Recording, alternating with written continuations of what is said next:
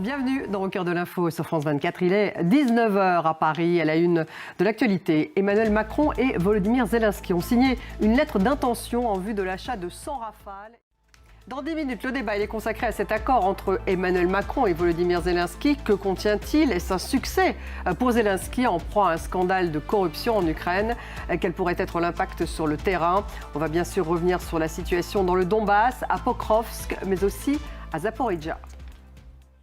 Et on démarre avec cet accord entre Emmanuel Macron et Volodymyr Zelensky qui ont donc signé cette lettre d'intention, une lettre d'intention en vue de l'achat de 100 Rafales. À New York, le Conseil de sécurité de l'ONU doit se prononcer sur le soutien au plan de paix de Donald Trump à Gaza, notamment sur le déploiement d'une force internationale de stabilisation dans l'enclave.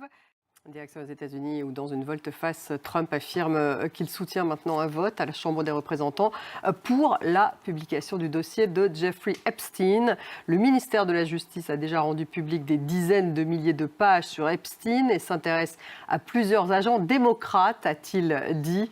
Avant ce revirement, en tout cas, son refus avait divisé son camp. Léo Péchard. Présidentielle au Chili avec le leader d'extrême droite, José Antonio Cast, en position favorable pour le second tour face à la communiste Janeth Jara. Olivier Fessel. Actualité en Afrique avec en RDC au moins 32 mineurs artisanaux qui sont morts selon les autorités locales après l'effondrement d'un pont artisanal survenu dans une mine de cobalt dans le sud du pays et alors que les opérations de recherche se poursuivent. Ludovic de Foucault.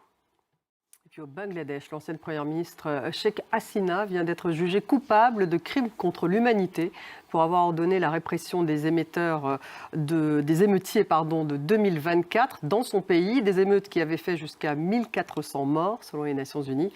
Elle a été chassée du pouvoir, elle est désormais exilée en Inde. Julien Dubois. Merci de nous avoir suivis. Tout de suite, le débat est consacré à l'Ukraine alors qu'un accord a été signé entre Volodymyr Zelensky et Emmanuel Macron. On va y revenir.